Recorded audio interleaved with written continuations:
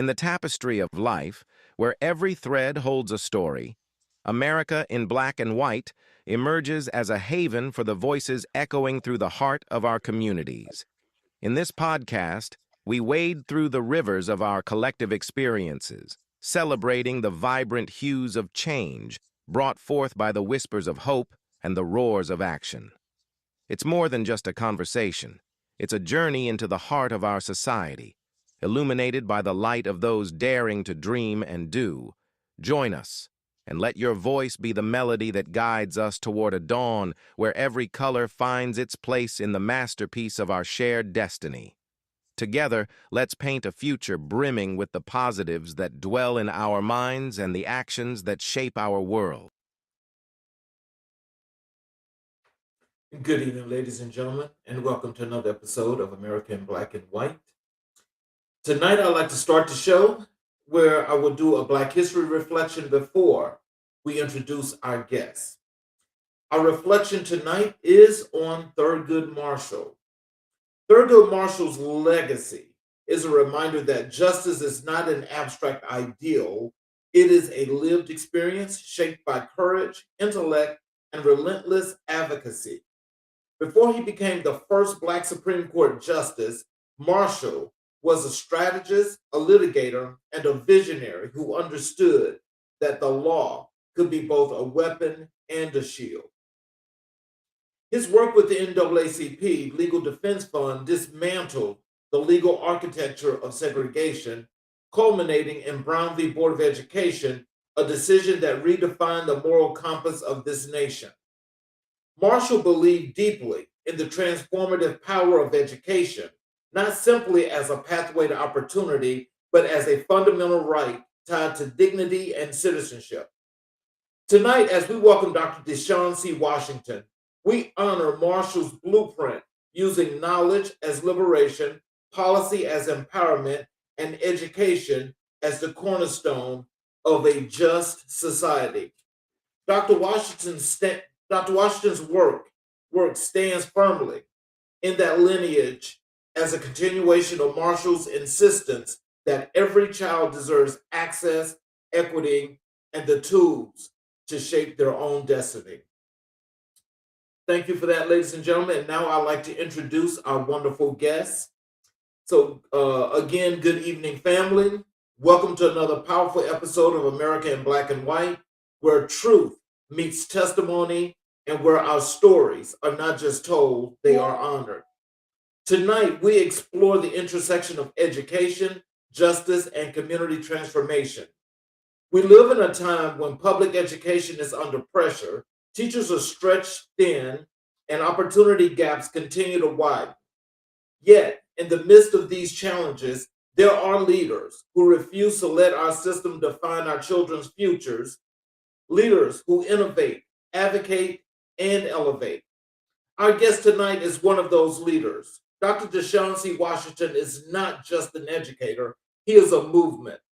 A 2024 Massachusetts Teacher of the Year, a two-time TEDx speaker, a scholar, a curriculum developer, a public education advocate, and a builder of pathways that empower students to thrive academically, socially, and civically. Tonight, we dive into his journey, his purpose, and the work he is doing to cultivate change makers across the nation. Let's get into it. Ladies and gentlemen, Dr. Deshaun Washington. Hello, Hey, sir. Brother King, how you doing tonight, man? I am doing just excellent. I know it's been like 6+ months when we scheduled this wonderful show, and I'm really glad that you're here. Is there anything you'd like to say to our audience before we get into the show? Well, when you introduced tonight's Black History icon that we could focus on, it really brought me full circle because a lot of people don't know this. So I think it's good to share it. My first Black History project in elementary school was of the Honorable Thurgood Marshall. And I had a chance to study him in great depths.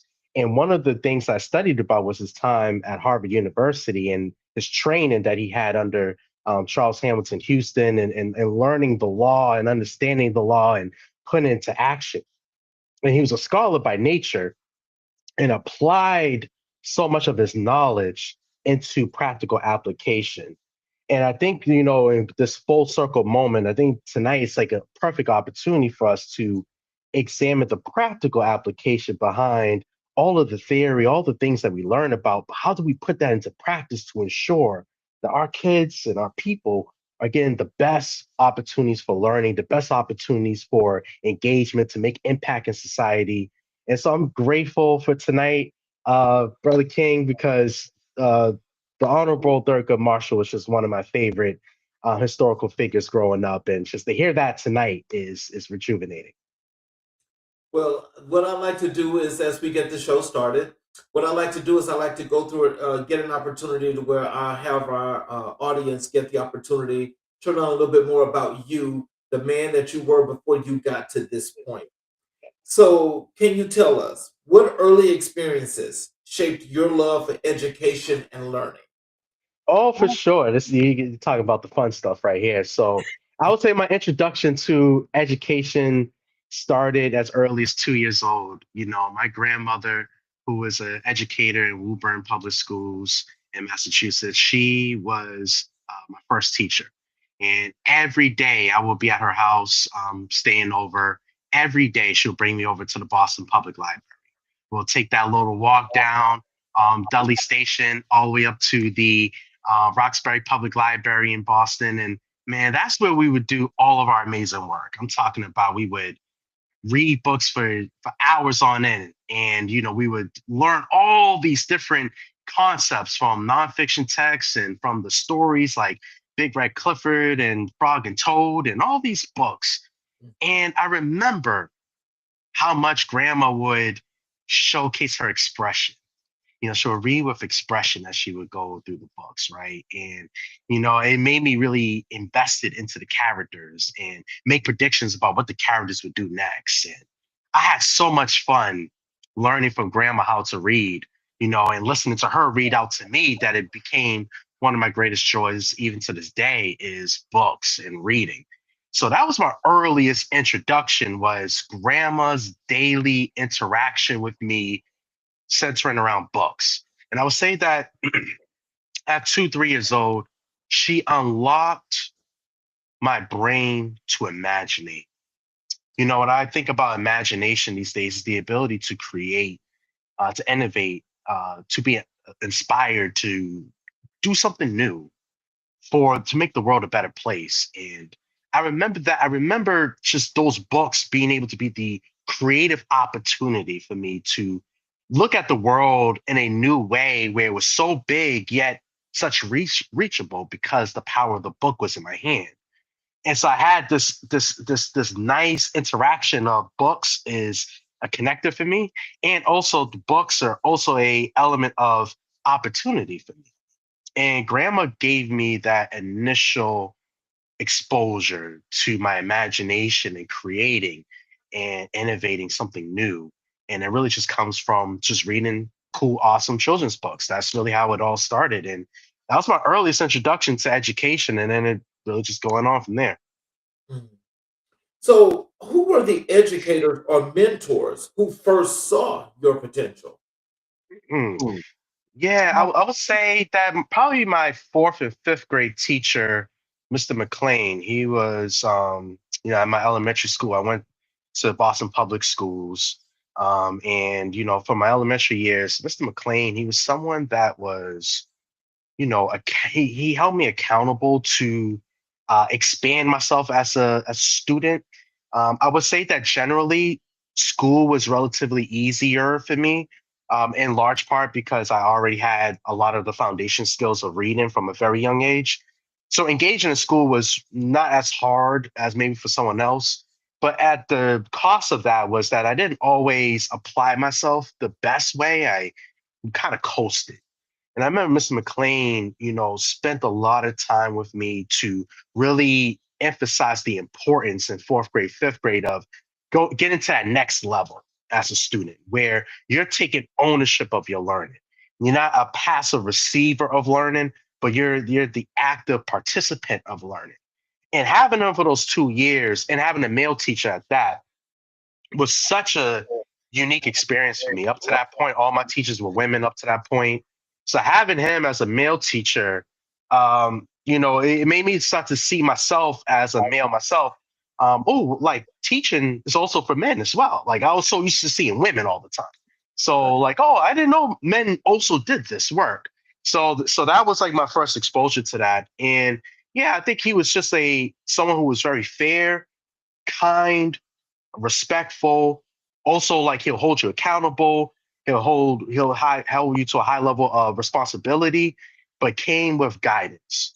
And that was the first like educator I would say for me that elevated me to another level, shifted me from the earliest of education, passively receiving it, to now actively seeking out education and knowledge. So, I'll tell you, all of the male educators that have been here on the show, I got to say, all of you guys are just doing it.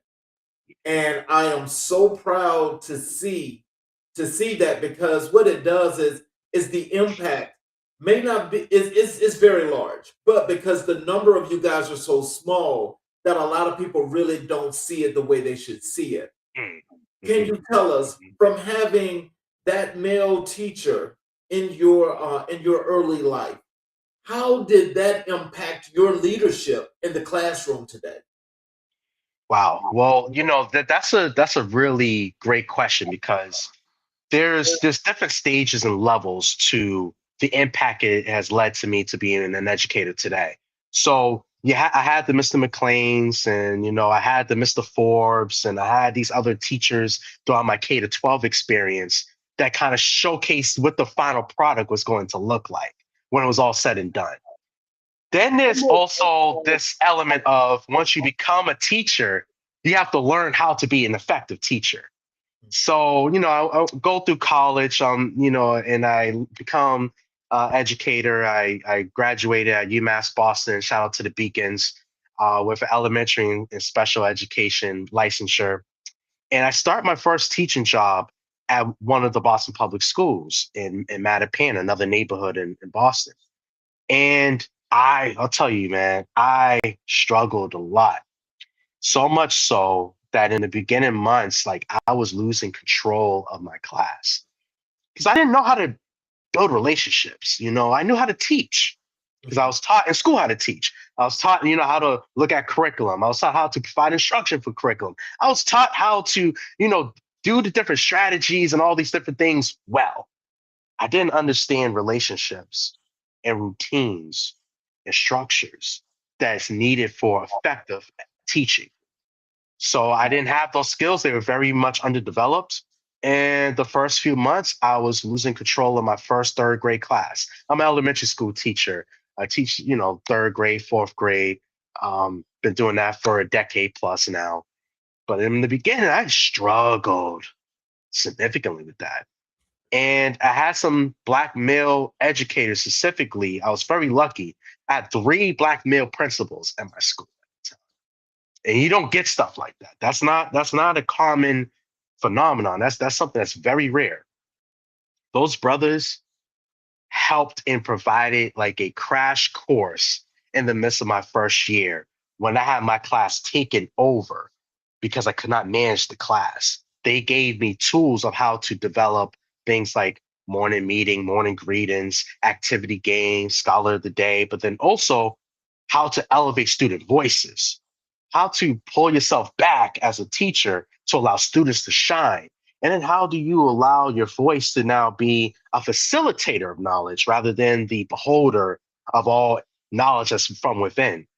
And these shifts and paradigms, like at a different level, now allow me to understand how the Mr. McLean's and the Mr. Forbes were so effective earlier in my career when I was a student. And now as a teacher, I got the practical application of that. So that's really what this work of teaching and learning is all about, is you surround yourself, or you're blessed to be around educators, predominantly for me, other Black men who are strong, who are supportive, but also who have the capacity to be able to teach you and elevate you up. So that way you can be effective in your own craft If I didn't have that, I probably wouldn't be sitting there talking to you right now and I'd probably be in a different field somewhere. But those brothers helped me to get to the next level. And yeah, I think go from ineffective to effective relatively quickly. So, growing up, what does Mhm. school represent for you personally? Just something that you did from 8 o'clock to 3 o'clock for the most part. Like I said to you earlier, school, and especially in the early years, was passive. I think even after Mr. McLean's fourth and fifth grade class, I felt back to those habits again in middle school. I was just passively skating by. Yeah, I'll get A's, yeah, I'll get B's, but I wasn't applying myself well enough. Like I think the environment in that fourth, fifth grade class helped me to go to another level, but it wasn't internalized. It was like extrinsic motivation that came from the environment that made me perform better. But once you remove me out of the environment, I didn't perform as well. I was still smart, still was reading all these different things, but they were routine. So I wasn't doing well necessarily. Like at that point of like a scholar, he's about to blow up, he's about to do his thing. I wasn't one of those cats. It wasn't until I got to high school I went to City on the Hill charter public school, the original one that's over at 58 Circuit Street in Roxbury, Mass. It's now closed now, but when I went, City on the Hill charter school, that was the prize charter school that you wanted to be at because you knew 100% of the students was graduating from high school going into college. You also knew that they were going to have high level success rate in MCAS, which is like the state assessment. And you knew kids were going to walk out of there much more profound scholars. And there was a lot of undeveloped skills I didn't have that helped me to become like more effective and more um, domineering, I think, as a student in my high school years. I didn't have strong executive functioning skills. I wasn't organized. Time management, while I understood time and I understood management, time plus management didn't equal time management for me. So I would kind of lazily get through activities at the last minute. They taught me how to be organized. They gave me, an assignment notebook, which like to this day I still carry with me. I still carry an assignment notebook to organize all of my duties. They taught me about the importance of elevating my voice. I'm relatively a quiet, introverted person that's reserved to self. I could be a little more boisterous when I'm around people, but generally I like to kind of be on the low. They really helped me to initiate my voice by doing all these town meetings and presentations. I hated all these things. They taught me these skills. They also, at City on the Hill, taught me the importance of internalizing the skills I learned in fourth and fifth grade, being the beholder of my education experience. In fourth grade, fifth grade, like I mentioned before, it's really external. It became internal in high school where I began to have a desire where like I really enjoyed learning again. And I didn't enjoy it for a while. I just was doing it, but I wasn't enjoying it. High school taught me about how to bring joy into learning.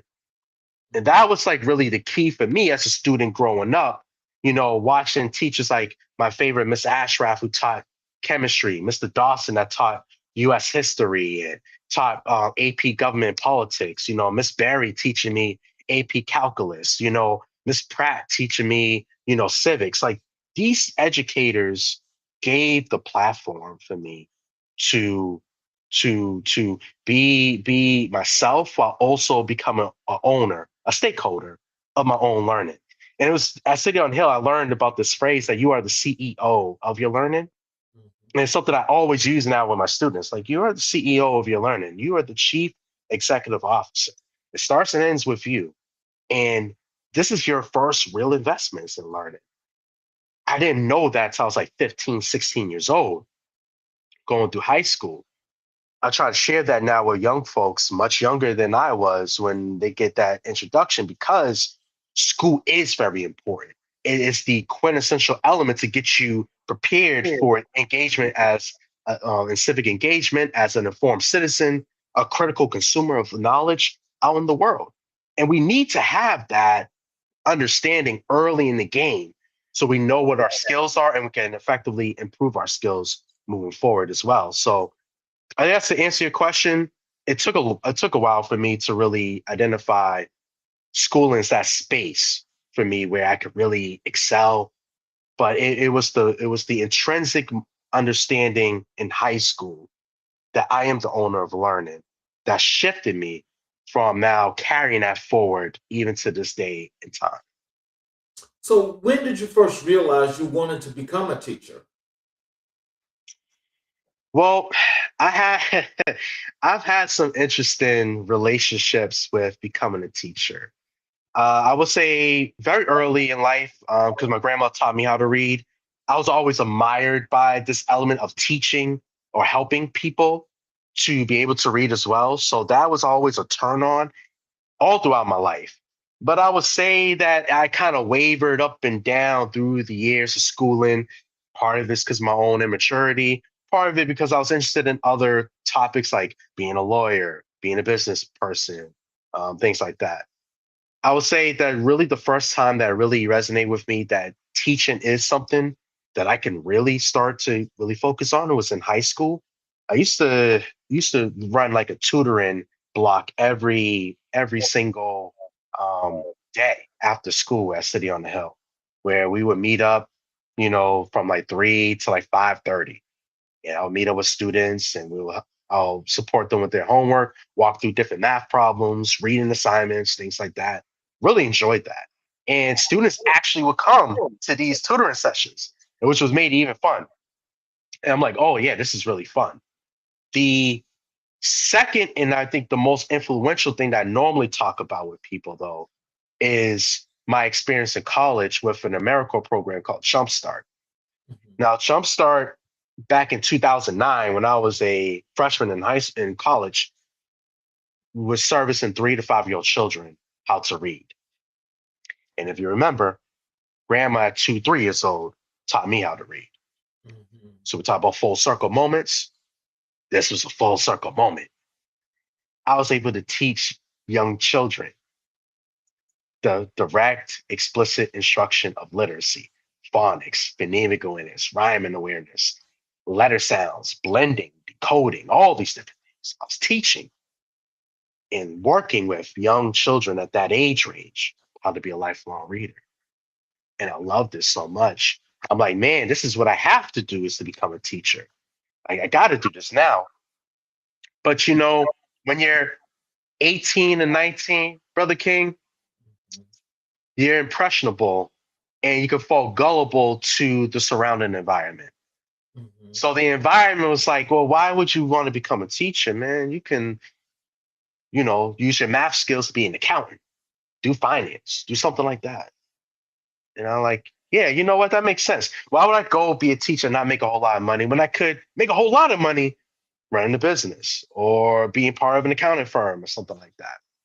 So I was swayed again away from teaching, and this time focus my duty specifically on um, accounting and finance, and started to work at a Big Four accounting firm after I graduated with my undergrad in 2013 with an accounting finance degree, and I worked there for a few years, and I didn't like it. I didn't like getting up at 5 in the morning, getting to work at 7 a.m. and working until 11 p.m. every single day during busy season, losing summers, losing winters, doing taxes for people that I never will meet, for groups of people that was never interacting with. I felt that disconnection and it got me to a really low state about what my call of action is. And another program called Junior Achievement, Yeah. which teaches all about financial literacy to young folks, Mhm. resurface what my calling is to teach. From there, I dropped my work over at the accounting firm, went back to UMass Boston, get the elementary secondary education, started teaching, and been in education ever since. It's the greatest profession in the world. And no one could really tell me a job is better than teaching. You get to make a monumental impact to generations worth of people. And I think that is probably the most joyful, most fun part of it all is that work right there. So yeah, I would say all of that has been really impactful to the ebbs and flows, the waves of flirting with teaching, but never committing to the relationship with teaching until was in rock bottom and really had to find myself to know this is the calling that God had for me to do from the very beginning. It was now time for me to act on So, how did your upbringing influence your approach to leadership and advocacy?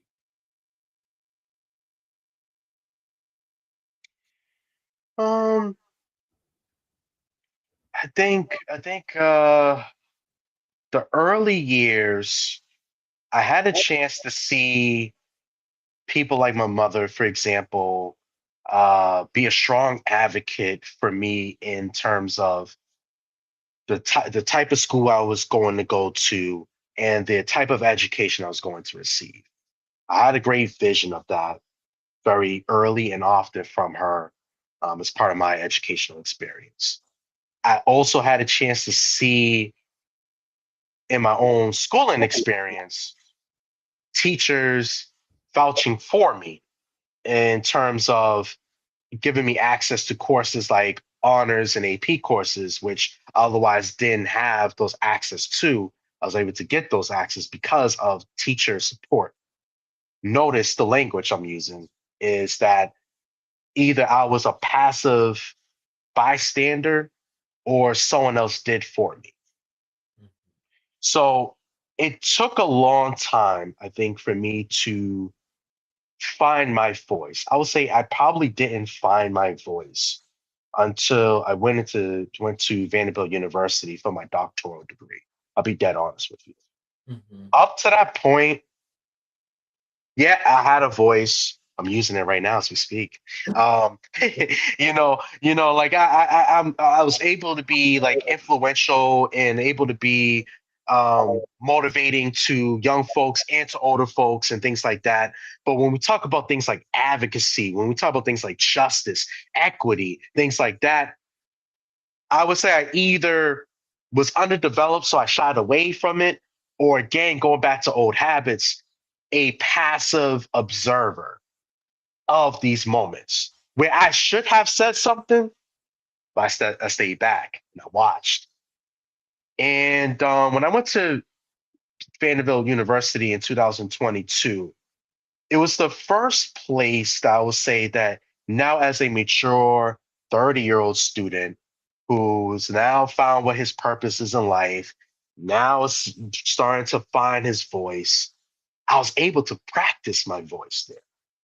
I was able to try different things, be around a strong cohort of principals, superintendents, educational leaders of all different types to be able to guide me and direct me of like how to be more effective with my voice. Professors who cared about my growth and development, supporting me in developing that skill of being an advocate, not being afraid of the moment, but rising to the moment. It was always in me, but the difference was that I didn't activate that. In part because I didn't seek opportunities to activate it, and other times the opportunities came, I passed on it. Vanderbilt University gave the platform for me to practice all the things I saw my mom do, all the things my teachers have done for me. I had a chance to practice. And that 3 years of practicing turned out to be like very effective for me when I walked away and graduated last May. That was like the moment where it all really just came together for me as an advocate. And now like I lean into advocacy, Brother King, in a way that I think about what our needs of our students are. I think about what's going on in this world when it comes to reading, when it comes to financial literacy, when it comes to all of these elements of schooling and what the schooling experience is.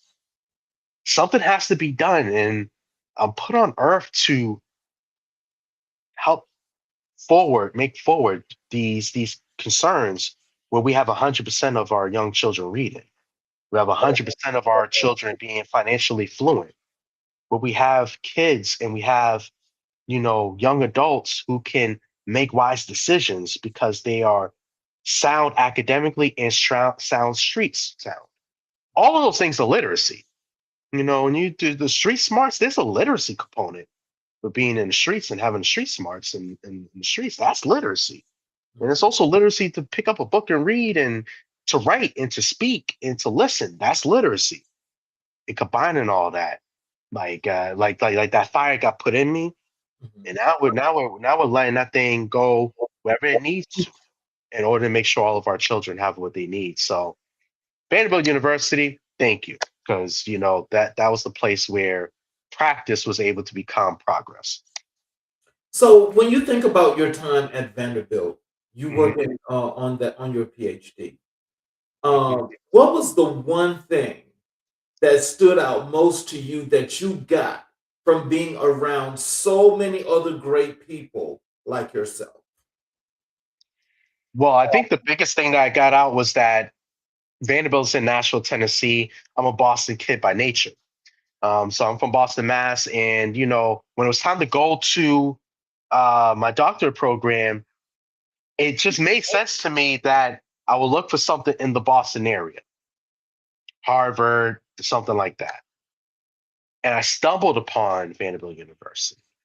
I saw like a little, like literally like a stumble upon app.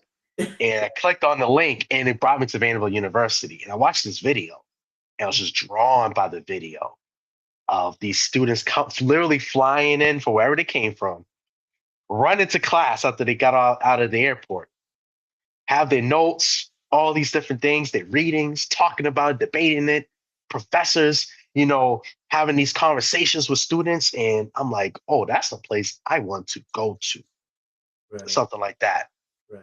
So I would say Vanderbilt's biggest benefit for me or biggest support for me was that one, it took me out of the confines of Boston. It brought me to another part of the country, another part of culture that's totally different from Boston.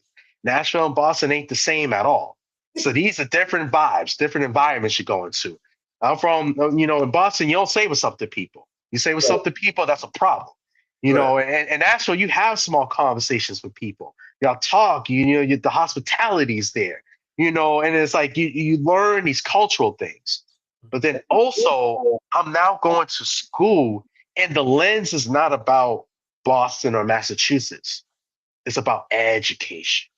uh, Because now I'm going to school, I'm talking with people from Illinois, I'm talking to people from Indiana, I'm talking to people from New York and New Jersey, California, and from Alabama and all these different places, and from Tennessee and all these different places. We're all coming together for these cohort weekends. I'm learning about education in ways that I would have never been exposed to before because different states have different things going on with education. We might all have a similar story, but the law and legislation and how legislation may be able to say one thing in one state and everyone has to follow, but then in another state you try to do that and there might be 300 different districts that might say we're going to do it this way. So you're learning the complexities of education, yet learning that the same goal for everybody is there. That at the age of 18, we want to make sure that our young children are able to be lifelong readers, lifelong writers, be literate, be able to be upstanding citizens in society, civically engaged, informed consumers of knowledge. All these things was like kind of a universal understanding. How we got there was the wrestling question. I spent 3 years wrestling at Vanderbilt University. I would say I couldn't get that anywhere else because I don't know if I would have had all these people from all these different places coming to one spot. And more importantly, for me personally, to leave out of the nest and to go mm, fly somewhere else, literally on a plane every weekend to Nashville, taught me a lot about who I am and some of my cultural values that I now take into heart today, because now Nashville is a second home, Vanderbilt's a second home. Love Vanderbilt, and that experience to find myself literally in my voice and my leadership and my command and authority as an educator. That I don't know if happens the same way if I stayed home. I had to go. I had to go away and go do that. Well, let's transition over to your work as an educator. Yeah. Um, so, what philosophy guided your 9 years as an elementary school teacher? Repeat the question one more time. I'm sorry. What philosophy guided your 9 years as an elementary school teacher? Well, there's a couple of philosophies, and I didn't know these philosophies until much later. But the philosophy that I think I can really share with the listening audience and the viewing audience tonight of how I approach teaching and learning is the crazy framework. I mentioned to you all before that my first year was not a good year. I was dealing with crazy situations and I didn't know how to handle them. And I needed guidance on how to handle them. As a teacher, I learned through the mentoring and development of other Black male educators and other teachers who cared about me being effective about this crazy framework. And I'll walk you through what the crazy framework is and tell you what they all mean and how that impacts my philosophy as a teacher. So the letter C, in crazy stands for cultivating connections. Before anything happens in the classroom, it's so important for teachers to be able to know their students. When I say know their students, not just like knowing their name. Like you get to walk in a path with them for an entire year. And during the course of that year, you're sharing a story together. So successes and wins, you get to celebrate together. Losses and defeats, you get to mourn about them. And everything in the in between, you get to experience. I get a chance to write a page out of those children's books every year. And those pages just my preparation for them to get ready for their calling and service in life. I have to cultivate those connections because I need to know who you are, your interests. I need to know like what you're called to be, what your talents are, what your gifts are that God gave you. And then how do I help to cultivate those things in the year that I get to serve with you? R is respect and routines. We cultivate a community of respect where we all are one. I am because we are, that Ubuntu kind of statement. I am because we are. We are together as one because we have this opportunity where we're learning from each other, we're learning with each other, and none of us are better than one another. We just are utilizing all of our gifts to make the best versions of ourselves. And in the midst of that, we establish routines of how to get up out of our seats, how to walk to the rug space, how to engage in popcorn style discussions where kids can shout out answers, but listening to each other and bouncing off ideas from each other. So critical. The A stands for activating student voice. So we talked earlier that I did a lot of this in my first year teaching, talked a lot. But in fact, my goal now is to elevate the student voices to increase, but my voice decreases over the course of the year. I want to make it where it's about 80-20, 80% student voice, 20% my voice. Why? Because students actually learn best when they use the language amongst each other in the classroom. If they're just getting all this information from me, it might look great. I could probably get through a good evaluation. Maybe I get the dumb stuff from my principal. But long term, students have less likely to remember all the things that we talked about if they only hear from me. But if they take notes, if they have anchor charts in the classroom, if they're talking with each other, if they're working in groups, heterogeneous groups where they have different skill sets, now all of a sudden they're activating different skills that's more related to who they are and learning from other skill sets from other students enriches the learning experience. This Z like zebra, where I zoom into the learning. This is what we call zooming in. This is looking at data. This is what's informing my teaching and instructional practice. This is what's helping me to know what students need, but also how do I support them? So if I'm teaching fourth grade, for example, and I got 20 students that's reading on grade level, and I got a student who's reading at first grade level, it's my duty to zoom in to see what skills that student has well, where is the student developing their skills, and then how do I intervene by having smaller group reading instruction with that student or students to build their reading skills up so that way they can make progress. And finally, the why is yielding towards achievement. We want to yield towards achievement. Um, I believe at the end of the day, as a teacher, I failed my students if we're less than 100% achievement at the end of a school year. Whether it's a universal screener, state assessment, all my students need to be able to showcase achievement. And what I mean by achievement is that if I'm teaching fourth grade, they've met all of the Massachusetts fourth grade standards for each of the subject areas, reading, writing, math, etc. And they're able to showcase that through multiple modalities. They can take an assessment and pass it. They could lead a presentation and be effective speakers during the presentation. They can go and do like a almost like a science fair like display and showcase their learning. They have a portfolio.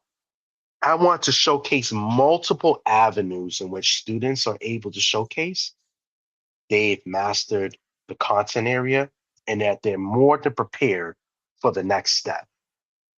So that philosophy of dealing with crazy situations with crazy, if you will, this crazy framework helps to organize. I know it's like oxymoron, right?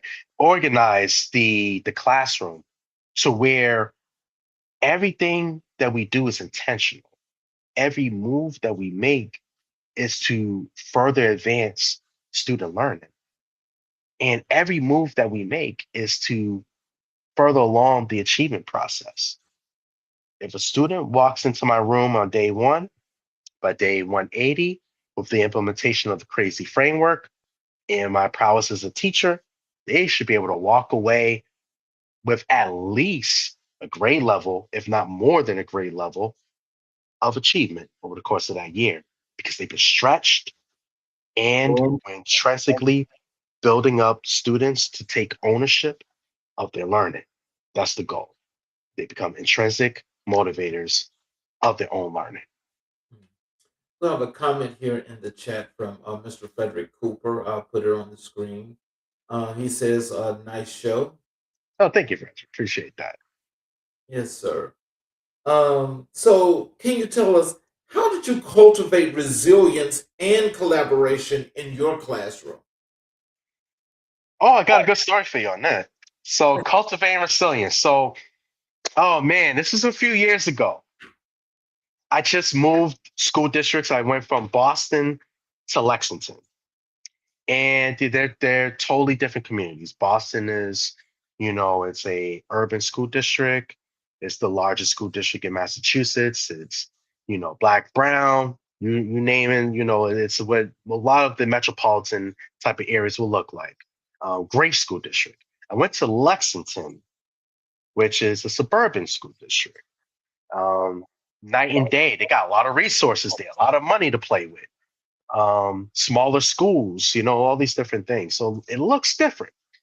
Um, but the teaching doesn't change, because as a black male educator, no matter who you put in front of me, those kids are going to get better. They're going to achieve.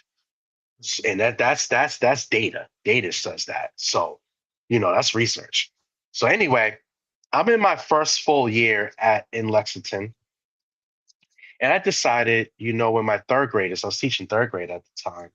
I said, you know what? We was practicing how to transition in the hallway.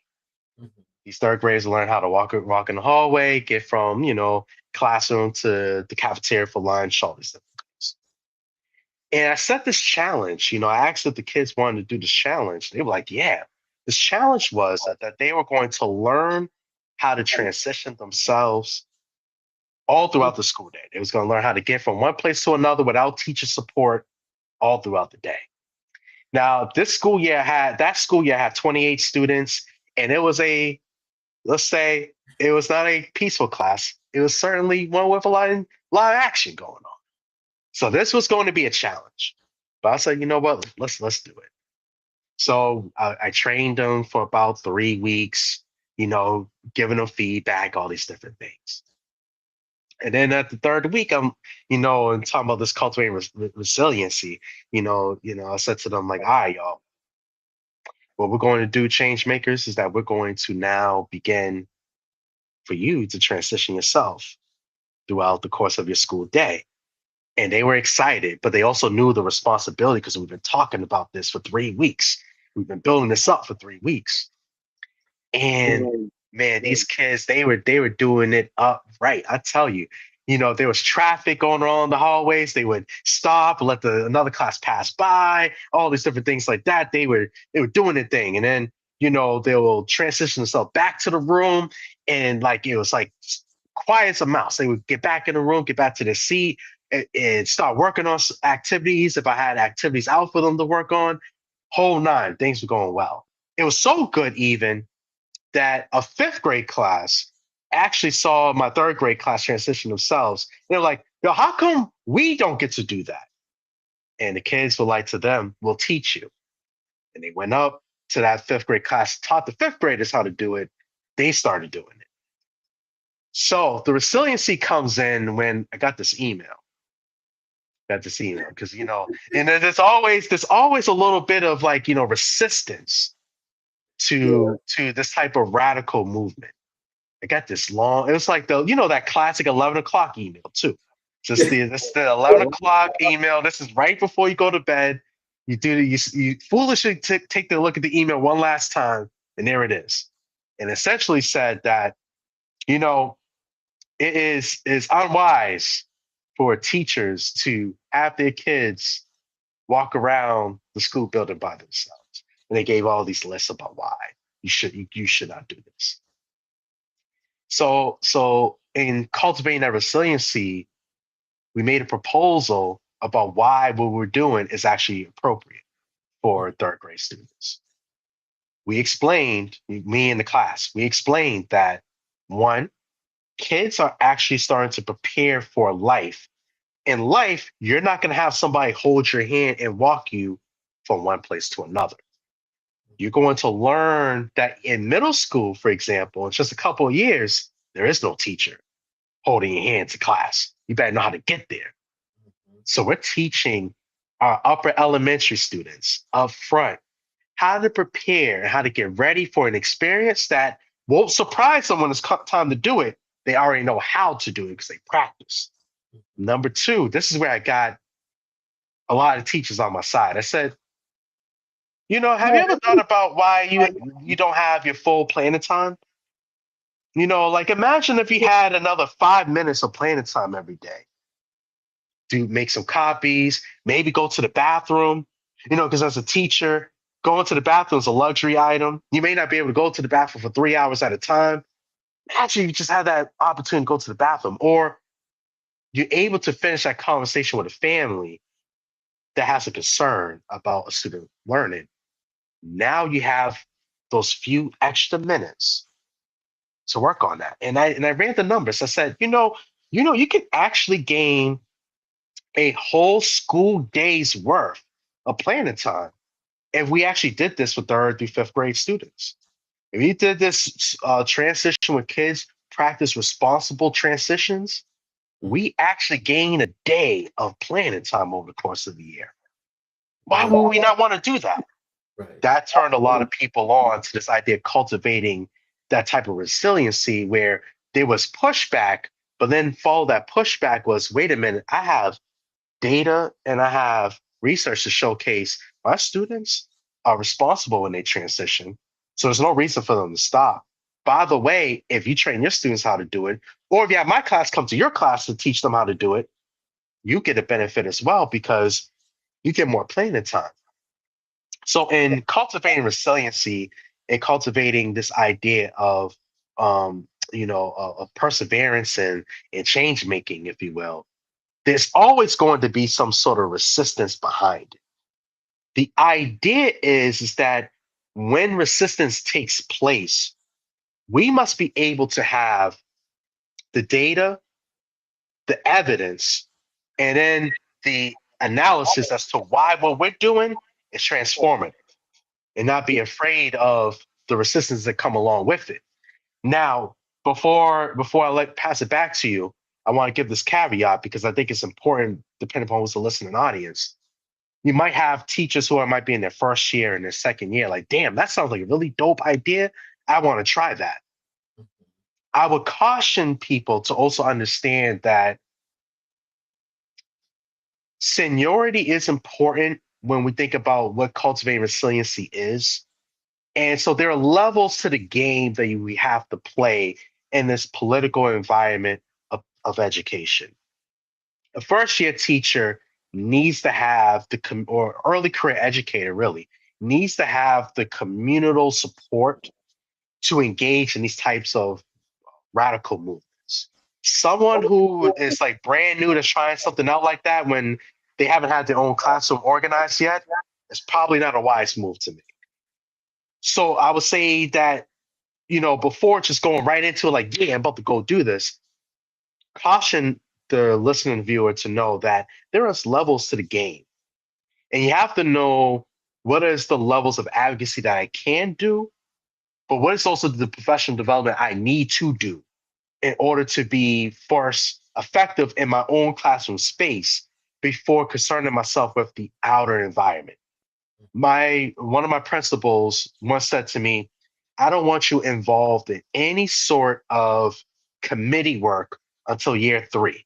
Your first 2 years need to be focused on how to be an effective teacher. And that's something I pass along to my teachers as well today. The first couple of years needs to be focused on your classroom and how to elevate your classroom to be a sanctuary of knowledge and wisdom, a sanctuary of conversation and of radical liberation, of freedom and joyful learning. Then, when you have the classrooms thing down, that's when you can start thinking about some of these other things that you might be try out to do. But we got to make sure the home base is cleared first. The Bible actually tells us you can't go out and do ministry out in the world if your home ain't set. So the home base got to be set first. And then we can start worrying about all this stuff afterwards.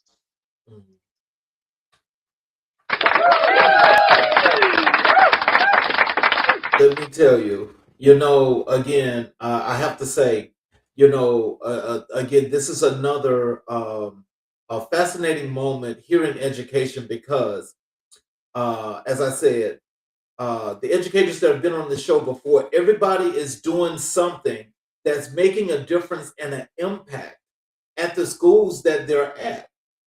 Now, when it comes to that new district, are you still in that same district? No, so after I became teacher of the year in 2024, my schedule, let's just say, got a little crazy. Um, to say the least, I was pulled out of the classroom almost every week and doing some sort of speaking engagement or some sort of guest appearance. My last 2 years of teaching, I missed 45 days each of those last 2 years. That's a lot of school days for a teacher to miss, especially when they're establishing their own brand and they're also elevating their voice now as a national figure when it comes to public speaking, keynote speaking, professional development, all these different things. They clash with each other. So I wasn't able to stay in Lexington mainly because I had to make that choice of it's time to elevate this impact work of cultivating change makers to another level. And rather than just focusing on the 25 in front of me, I can focus on the millions and the 25 in front of me when it comes to making sure that education and impact is met for every one of my students. So I had to do that tight shift, but that actually have led to me to make a greater impact as a result. Even if the seat shifted from being a classroom teacher to an educational advocate and an educational change maker, if you will. The seat shifted, the impact has continued. So, what strategies help Yeah. you build interdependent learning communities? So we could talk about that. We could talk about that in two ways. Um, interdependency interdependence is a term that you don't use as much as dependent or independent. And it's this middle ground that sometimes get lost. Interdependence means, in its kind of rawest form, that there is not this layer of like my hands being held by my teacher, but it's also that I'm not fully independent. I need guided practice. This is guided practice. Mhm. And guided practice incorporates teacher, students, and learner community. We have things like the teacher who is a resource, not the resource, a resource for students to use. Students are a resource for students to use because you can ask them questions, you can bounce ideas off each other, you can wrestle with ideas, agree, disagree, all these different things. Notes, anchor charts is also a resource that you can use because sometimes you're working on a math problem and like, I don't know what strategy I should use. Well, look at that anchor chart over there. You got 5 of them. You could select one that might be beneficial for you for this problem. And still, there's also this note taking element where we get to wrestle with ideas together in the big rug space and bounce off ideas, questions, answers, things like that.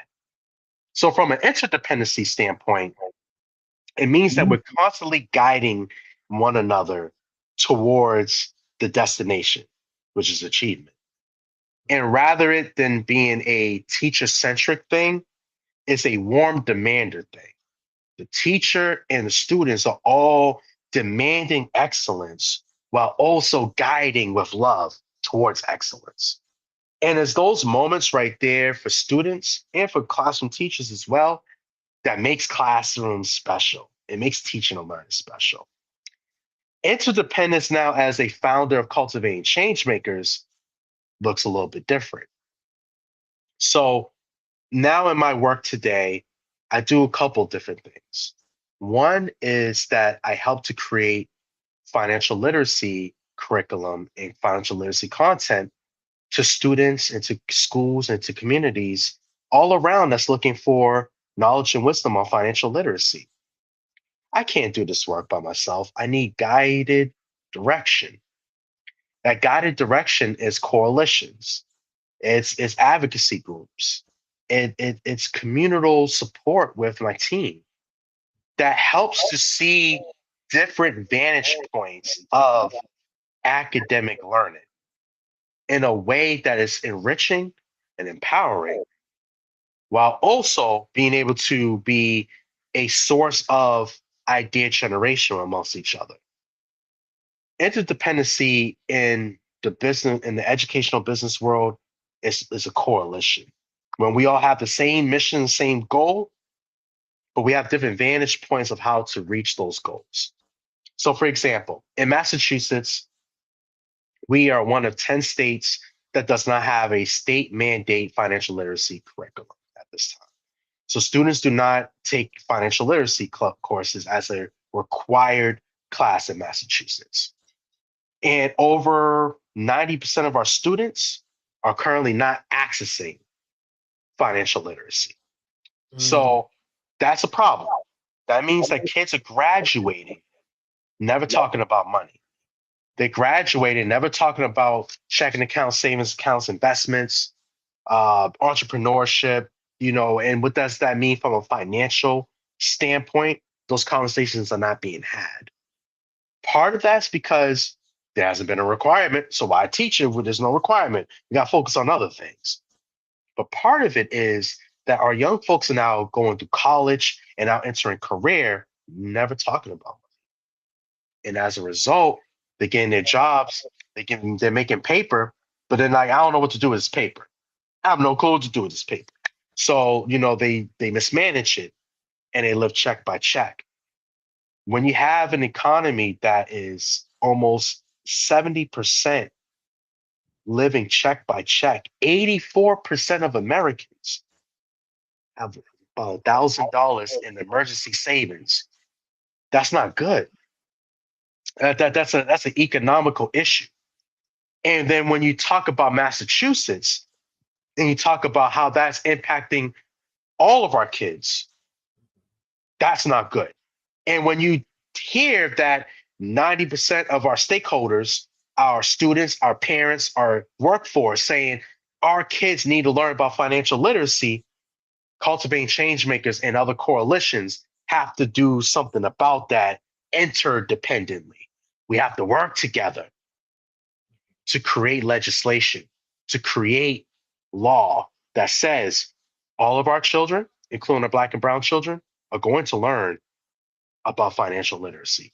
They're going to learn the introductions of financial literacy in a semester long course. So they're prepared for how to manage money and how money is utilized in society. So that's like the kind of like work of how interdependence is working classroom wise, but then also business wise. It's all important. Uh, So, what do you believe students need from educators today? A lot. um, there's a lot of things that as a teacher that I want to make sure that I provide to my students. Can't say I do all these things well, but I will say that there's a lot of things that I want to be able to do for students. Number one, my last 2 years as a teacher, I didn't do, I think was one of the great cardinal sins of teaching is being present. Mhm. 45 missed school days out of 180 school days is divided into 1/4. So you miss a fourth of your school year, guess what happens? Students grow up, students are gaining accomplishments, you're not there to celebrate. Rules, expectations, routines, structures, community, it's a little fractured. Why? Because you're in and out, in and out, in and out, in and out all the time. So there's no consistency. So right off the rip is presence. The teacher needs to be available every day with their students. They need to be available each day to listen, quick to listen, slow to speak, slow to get angry when mistakes happen, lift up and build up our students. And we need to be able to be there so that way we could do those things. I think that's number one. Number two is I alluded to it already, is close listening. Even a student's silence speaks of big volumes. When a student is silent, listen to it because they're sharing something that's important for us to know. Especially, a student who's never silent, always talking, and suddenly the silent hits. We need to be listening and paying attention to the vibes each of our kids bring to the table. So being effective, present, I gotta be at work every day. Two, I need to be able to connect with my teachers or my students rather each day, checking in, handshakes in the morning, check-ins during the day, um, writing occasional letters, sending memos out to families of achievements and successes. And also if there's any concerns to be able to showcase that with families, which will be number three, is that you need to build an alliance, a partnership with families and even with the student. Sometimes we forget that students are actually part of this equation. They have a role to play. Students have a role. Their roles that they have to come to school to learn. So they have a role in this. We partner with families to make a streamlined expectation clear. What I do in my classroom every year is that for open house, we have like these contracts.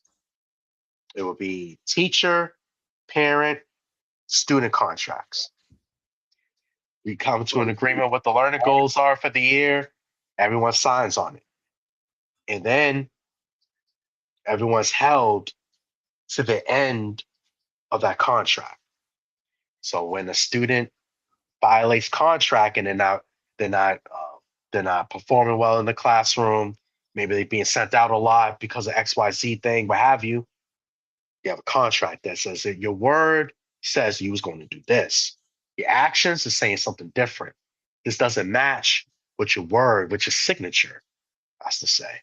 You can bring that up to families to keep that conversation going, but also reporting out the successes, the times that they've met those expectations, and celebrating those times with families as well. So being present, making sure that you're building strong connections with students and listening deeply to those connections, building an alliance, a partnership with families. And I'll say that the last one, in terms of being effective today, is that I've noticed probably in the last few years, and it might be because of my own personal growth, the teaching and learning goes beyond the four walls of the classroom. It's now, at least in my lens, is gone to larger spaces, even spaces that doesn't have those kids in it, like at the state house, and testifying that we need a right to read bill that's going to ensure that no longer will 27% of Black students are reading that grade level is sufficient. We're going to make sure that 100% of Black students are reading that grade level. Anything less than that is an injustice towards the law. The call of advocacy and speaking up for your students has shifted a lot over these last few years, where maybe part of it was just like I was developing as a teacher, so I didn't realize that that part is also important. But now I see it, and I'm like, okay, I also need to be able to fundamentally impact the way that students are represented in all spaces, which includes the State House, the coalition work that I do, which includes, how my higher ed work that I'm doing as a adjunct professor at Bay Path University. All of these spaces have those kids in mind. I'm just now bringing that all to other spaces beyond the four walls from 8 o'clock to 3 o'clock. And that, I think, is what been the paradigm shift in me these last few years. It's the impact that teaching and learning is not just the classroom, it's everything else around it in those conditions to make it possible for joyful learning to take place. Now, I want to tell you, I love those things, and what I would like if you could tell us, Yeah. this two-part question. With that contract, is that contract supposed to be an accountability situation that you guys not only talk over with the students, but also with the parents? If so, what has been the impact or the change in the education part of that? Absolutely. So, for the first part of the question, the contract is a layer of accountability on all parts, including me. Now, I need to be called out on if I ain't doing my job. So, the contract puts everybody, all parties, at a position where they're responsible for their role of the equal support towards student learning, including the student, and also could be held accountable if coming below par when it comes to supporting the student. What I find in that work is that the impact of student learning is that students, when we talked about this in the very beginning, I told you about Mr. McLean, I was extrinsically motivated because of the expectations, but it was not internalized. The contract is designed to start off as an extrinsic tool to motivate students towards achievement. Mhm, Over the course of the year, it's designed to become an internal measurement of growth that the student takes ownership on. mhm, So students are tracking their own progress over the course of the year. They get to see through printouts of their data on their, end of unit assessment or on their reading scores and stuff like that. How well they did in the fall, how well they're doing right now in the winter, how well will they'll do in the spring. and they can track that growth.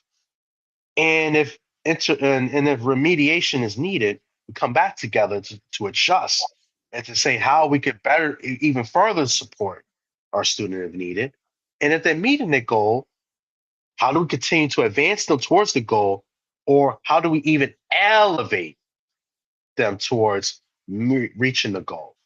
And so the contract gives a layer of student accountability, teacher accountability, family accountability. It gives students an opportunity to measure their own success goals. And so that way they can take ownership of their learning. And it helps for students and teachers alike to be able to advocate for and with one another towards those learning goals. I think in any situation as a teacher, your goal is that you want students to continue to find great joy in learning and also become more and more accountable to their learning. If students feel that they're part of the learning experience and they're part of the journey towards the success, higher buy-in. When we incorporate their voice towards these goals and as part of the document, higher outputs. And here's the thing: when other students know what the learning goals are, so when they also know, like, man, your goal at the end of the year is that you're reading at a fourth grade level. Right now, you're reading at second grade level. They can also be part of that course correction or that redirection back to the pathway that they need to say, we're playing around right now. We got to get back to this work. Later on, when it's recess time, lunchtime, we can talk about it. But right now, we need to build our reading skills up. These are the ways that you go from a classroom that is functioning well to a classroom that's cultivating change makers. So let's transition over to your Teacher of the Year and your professional recognition. Yeah. Can you tell us what did it mean to be named the 2024 Massachusetts Teacher of the Year? Wow. It's Black History Month, and so I think the first thing that comes to mind immediately is that I get to share a page of Black history with people like the Honorable Thurgood Marshall. Um, I studied him when I was a kid, and to now be able to be on the same book as him in Black history, being the first Black male teacher ever in Massachusetts history to earn Teacher of the Year and all of the things that came along with it. It's great responsibility. Too much is given, much is required. So it's a high level of responsibility, but it was also a moment where like it was so surreal.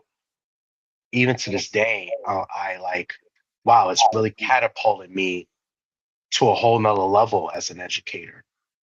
I guess the quick backstory before like finishing up this answer is I went through a whole school year applying for becoming Teacher of the Year. Well, I was nominated actually to be Teacher of the Year. Had to go through an application process, had to submit videos and do interviews and be observed and all these different things. Ironically enough, I found out I became Teacher of the Year July 21st, 2023 at Vanderbilt University. I was actually in the library. Can't make this stuff up. I was in the library and I fell asleep. And my phone rang, and I was thinking, like, oh snap, it's 4 o'clock. I'm about to be late for class. Mhm. And then I look at my phone and I'm like, oh, it's only 1:30. Okay, cool. And then I was like, oh, wait a minute. Um, I need to actually respond to this phone call because someone left a message and said to call them back about next steps of being Teacher of the Year. And to that point, I was like, damn, I already did like 5 different things that they want me to do as teacher. What else they want me to do? I met with the commissioner on this, that. Like, what else do you want me to do? So I called back and they were like, first thing they said was, I want to be the first to tell you congratulations. You are the 2024 Massachusetts Teacher of the Year. Don't tell anybody about this. I don't remember the rest of that conversation. I remember going to class that evening. I was like, yo, guess what happened? I was Teacher of the Year, y'all. And, everyone celebrating. We all went out that night. It was crazy. But I was not supposed to tell anybody between that day and the announcement day, which was not until November 2023. So I was sitting on this knowledge that I knew for 3.5 months. During the 3.5 months, I was doing a lot of praying, a lot of meditating, a lot of listening because I was unsure how prepared I was for this moment. And I didn't know what the responsibilities was really going to require because you hear the stories as one thing, but I haven't lived it. So I don't know what I'm about to go into. I'm about to go into a wilderness situation. I'm about to go into a new land flowing with milk and honey. I don't know what I'm about to go into. I do know that is a prestige recognition, but to the extent of how prestige it is and what I know about it, I'm unsure. But I'll tell you, that weekend of November 3rd was crazy. I was like top 10 most searched on Google that weekend. It was nuts. Like I was like having myself a blast. I was searching myself and seeing all these articles, all these things, all these videos and stuff like, wow, this is crazy. But I think after, the initial excitement settled down, having a message that resonates is so essential to longevity of an effective position and role as teacher of the year. So when I first started, I was known for restorative circles, restorative justice, healing work, and things like that. That was what really was my thing. Now it's shifted to financial literacy, which is a big shift from where we initially were. Still cultivating change makers, just in a whole different light from what it originally was set out to be. And I would say the responsibility of Teacher of the Year required a lot of listening to my fellow teachers, my fellow colleagues, because there's so much hurt, so much disapproval, concern about teaching. Our kids are graduating and they're not readers. They're graduating and they're not prepared for the demands of life. I was reading some statistics earlier that here in Massachusetts, 2025, only 27% of Black third grade students are reading on grade level, 22% Latino students at third grade reading on grade level, 14% students with disabilities reading on grade level. It struck a chord to me that there's a lot of needs out here. And I have a platform and I have to use it responsibly to address these matters. My grandmother at 2 years old blessed me with a book, taught me how to read. Now, as Teacher of the Year, I get to bless nations with the power of reading and the joyfulness of reading, and why reading is such an important tool for all of our kids to be able to access and to read. And if we're leaving behind millions of children to not have that skill, that doesn't sit right with me. I have to advance that forward. And Teacher of the Year helped to create that platform necessary to advance forward that messaging, that responsibility as an advocate. All the things we talked about throughout this entire podcast really started to come here as Teacher of the Year. The advocacy work, the intrinsic motivation, the listening, the connection, all the things we covered all the way up to this point. Being Teacher of the Year now said it's time to put it into action. And that's what we're doing.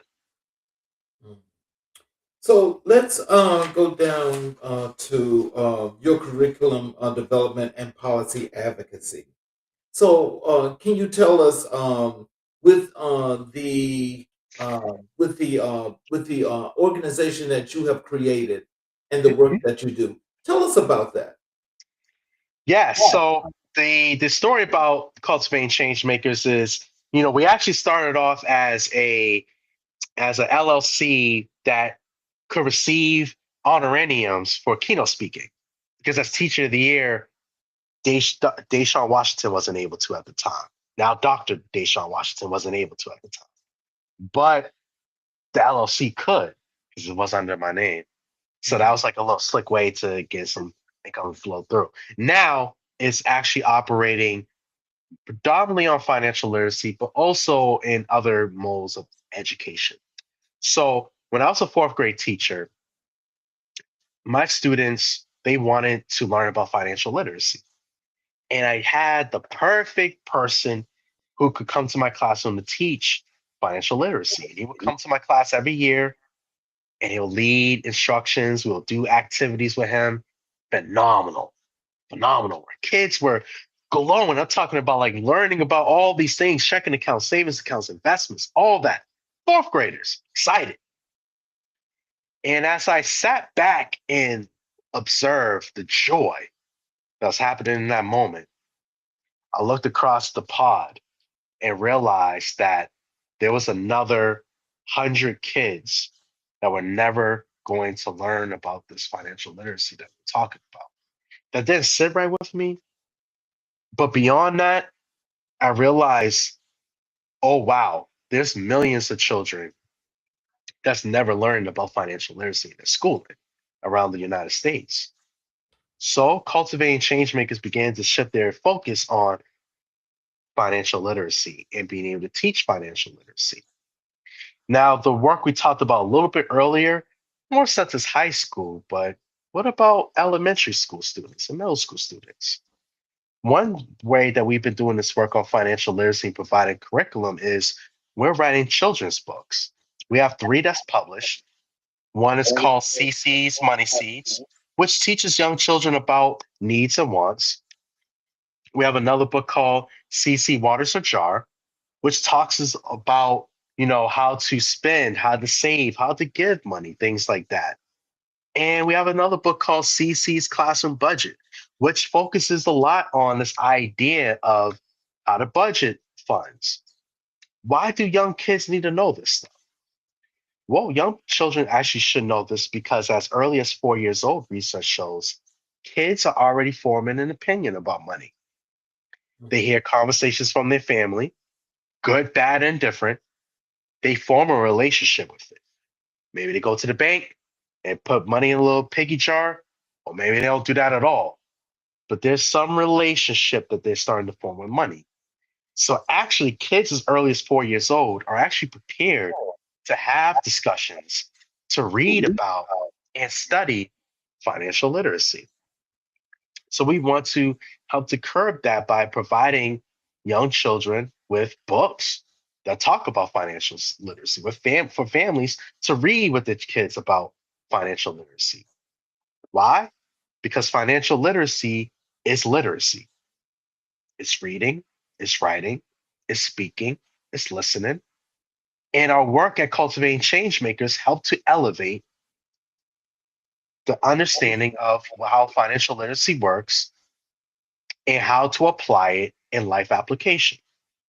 And this way, our children are able to take books like this, see a protagonist like Cece here, our main character in all the books, see a child that looks like them, and be able to be taught by a child that looks like her all about money, financial literacy, and connect with her in that sort of way. And that is the power of what Cultivating Change Makers is all about. We're So, trying to, yeah, go ahead. Mhm. no, no, go ahead. I'm sorry. Go ahead. No, no, no, no. I was just gonna say that's the power of what our work is to do, is that we're addressing a need and we're solving it through the lens of reading, and we're also partnering with other organizations that's leading that we're going to help to lead instruction on financial literacy in the next few weeks in the city of Cambridge in Massachusetts. That's going to focus on teaching 14 to 17-year-olds all about financial literacy as well. So we're doing this work in different pockets, all with the idea of addressing a need that's so needed for our students, and that is to learn about the concept of literacy and how it works as well. So, can you tell us what inspired you to create the financial literacy curriculum rooted in social justice? So the rooted part of social justice has to do with this idea of access, right? Okay. Less than a half of 1%, so less than 0.0005% of books, children's books, focuses on financial literacy with a Black protagonist in it. So, number one, we're creating financial literacy texts with Black children as the protagonist. Shifts the paradigm of who gets to have access to learn about financial literacy. It shifts the mindset about when do we talk about money? Because Cece is ready to talk about money, and she's a young girl. And actually, in the children's books, one thing to know is that Cece actually gets older with each book. So she starts off in kindergarten and actually gets older through the books. So she takes what she learned in previous books and applies it to future books while also learning new things as well with her friends and family. So that's one way. Number two is when we think about social justice, there's a legislative component that goes along with this work as well.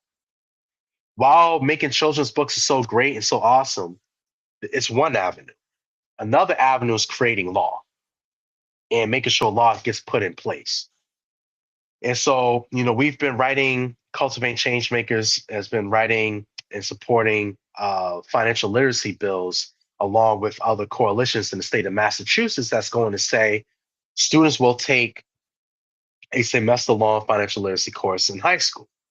Why is this important for social justice? Because we're putting into law action that needs to be put out by school districts to make sure that our children are getting access to books like these and being able to utilize these books to be able to teach financial literacy. So that's number two. Third and final thing is that as part of social justice and the social justice movement, it's very important for us to also be able to be action oriented with the implementation aspect of teaching financial literacy. Our upcoming work with the a after school program in the city of Cambridge in Massachusetts is centering this idea of taking the theoretical elements of financial literacy and putting it into practice. And we talked about this earlier, that there's a practical application with all of this. Our students who are coming into this program, 14 to 17 years old, are earning an internship. So they actually get paid every week to take this course for 12 weeks. Oh, wow. During that time, yeah, it's cool. And during that time, we're actually applying the skills of budgeting, reading our pay stubs, understanding how taxes work, all these different things. We're applying it to the actual income that these students are going to get. We're budgeting all these different things, right? Why is that important? Because most people don't learn how to do these budgets until they're way older in life.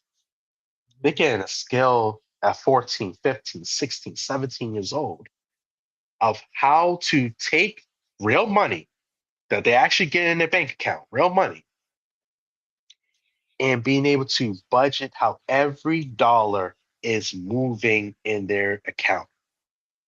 And we're targeting specifically Black and Latino students for this program.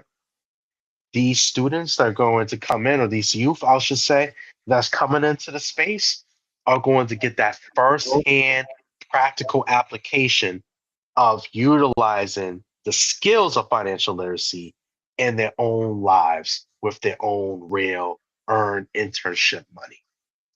So when we do all this, there's an element of creating long-term text like CC's Money Seeds. There's the legislation piece. I got to advocate for you with law and legislation. And then there's this other element, putting the word into practice. That's what we're called to do now. There's a comment here in the chat from Dr. Whitty. I put it on the screen. He says, awesome. Financial literacy must be brought back into elementary, middle, and high school curriculum. Agreed, Dr. Whitty. And yes, I think that financial literacy is something that really kids in kindergarten all the way up should be having every year. Even if you only have 6 lessons a year covering this topic, and then it expands in high school, can you just imagine the impact that that's going to make to our young kids to understand money and understand how money works and how to leverage money as a vessel towards purpose rather than just an object that's used to exchange services and goods? Man, that would be so crazy if we were able to do that. And so we opened the show with our Black History reflection. When you and I discussed, Black history and influences, and I asked you who was the most influential person in your life and career, you said it was Dr. Charles Hamilton Houston. Can you tell us why is he the most influential figure in your life and career?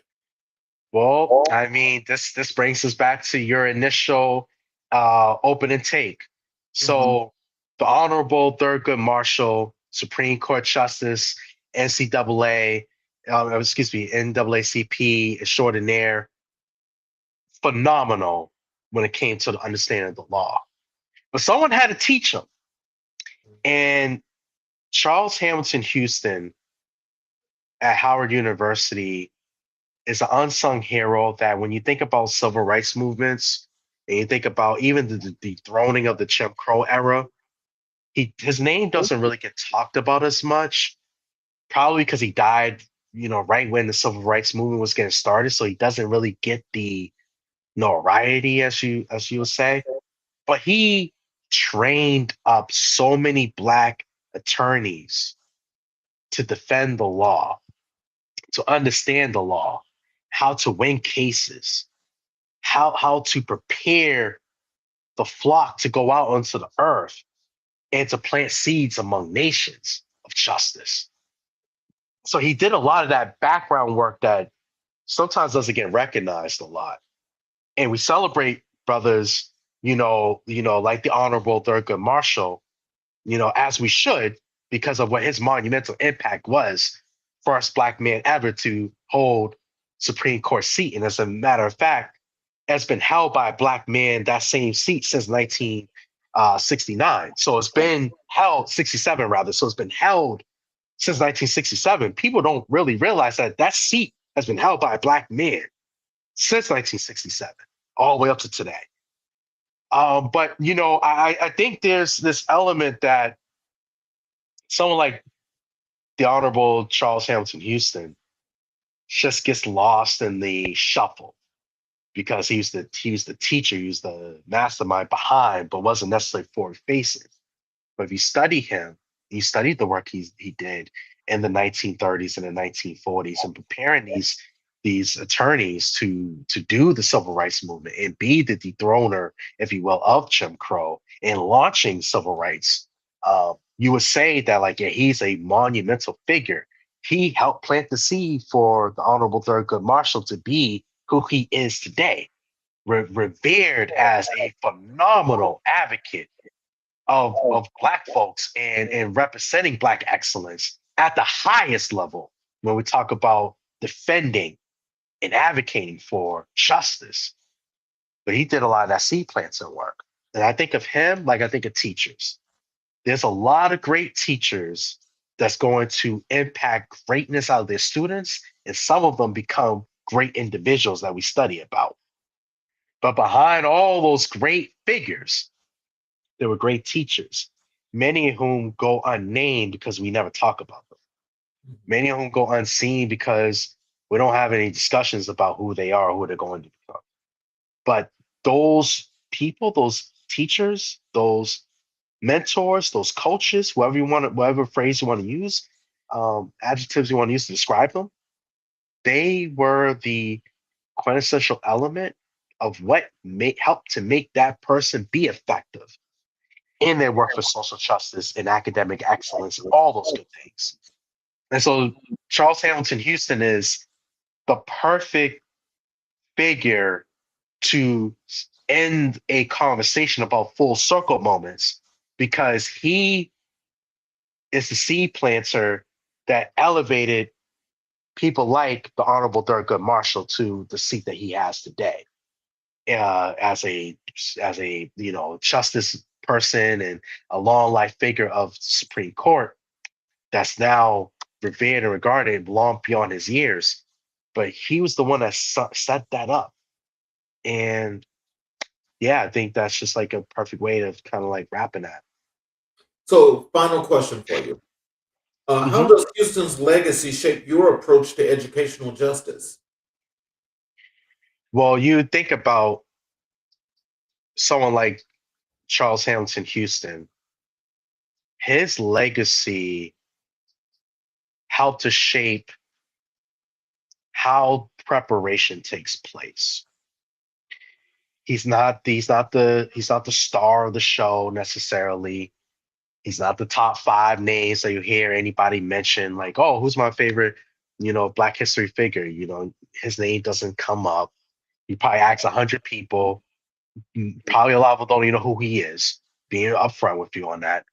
So he's not an immediate image. And I think for me, I wasn't necessarily an immediate image when I thought about what an effective teacher looks like, because I struggled so much in the beginning of my career. And I needed mentoring and guidance to become effective. Then I needed, after that, opportunities to find my voice, to now have my own impact of a Charles Hamilton Houston today, supporting teachers of tomorrow. So when I think about that work of how he impacted me as an educator, is the teaching of the teacher. Charles Hamilton Houston was the exemplary professor of how to activate law into justice. For me, it was how to activate strong teaching to a wave of new teachers who'll be able to apply that into their own learning space.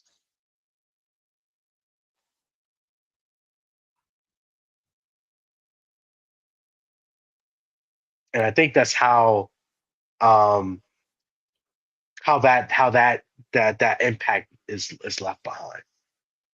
So, in closing, what is the words of wisdom and encouragement you'd like to leave for our audience?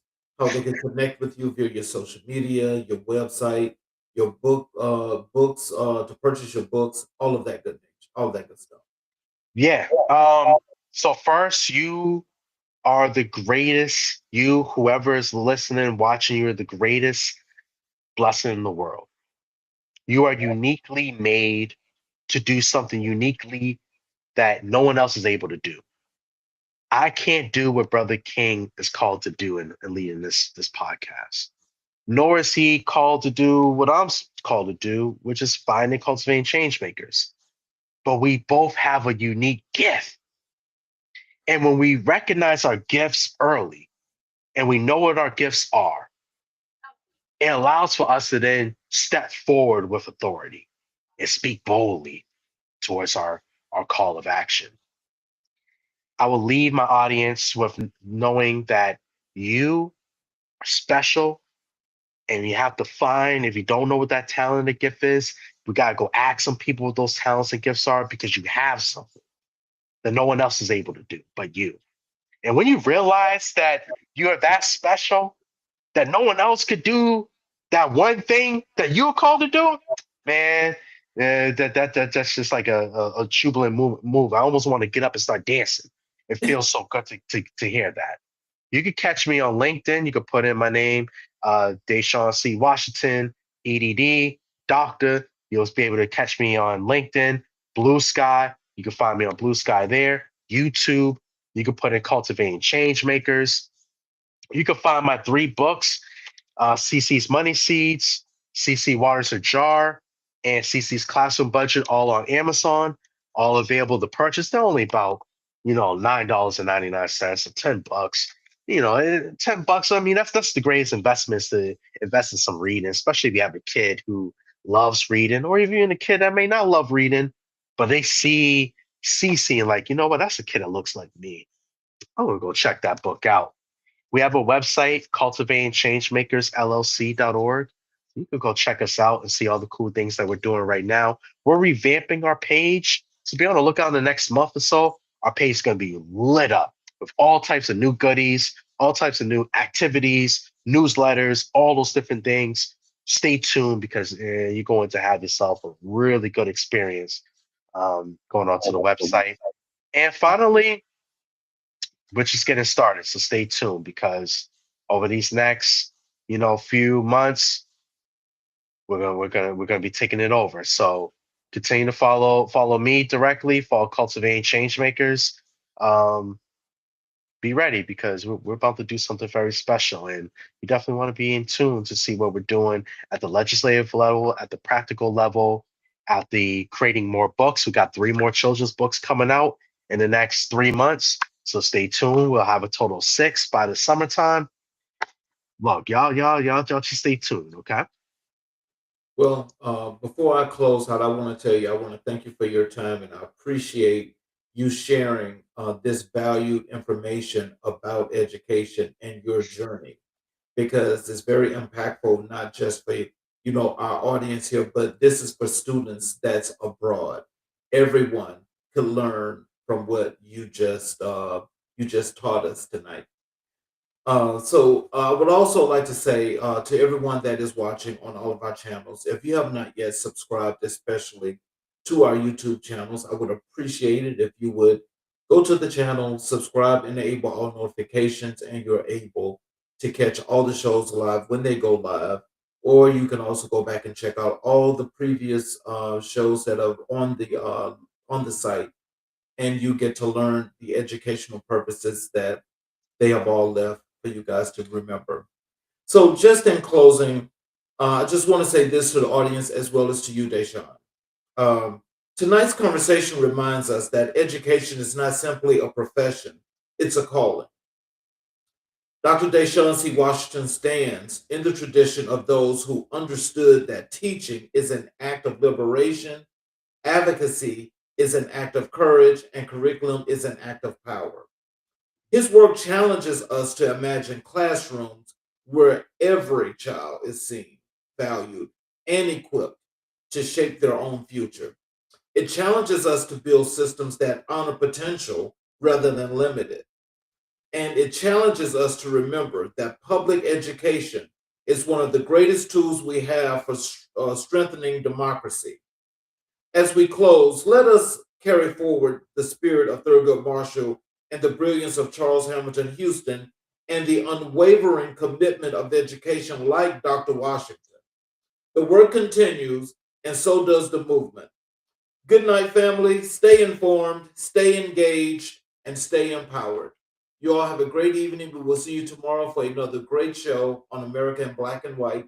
I'm your host, Charles King.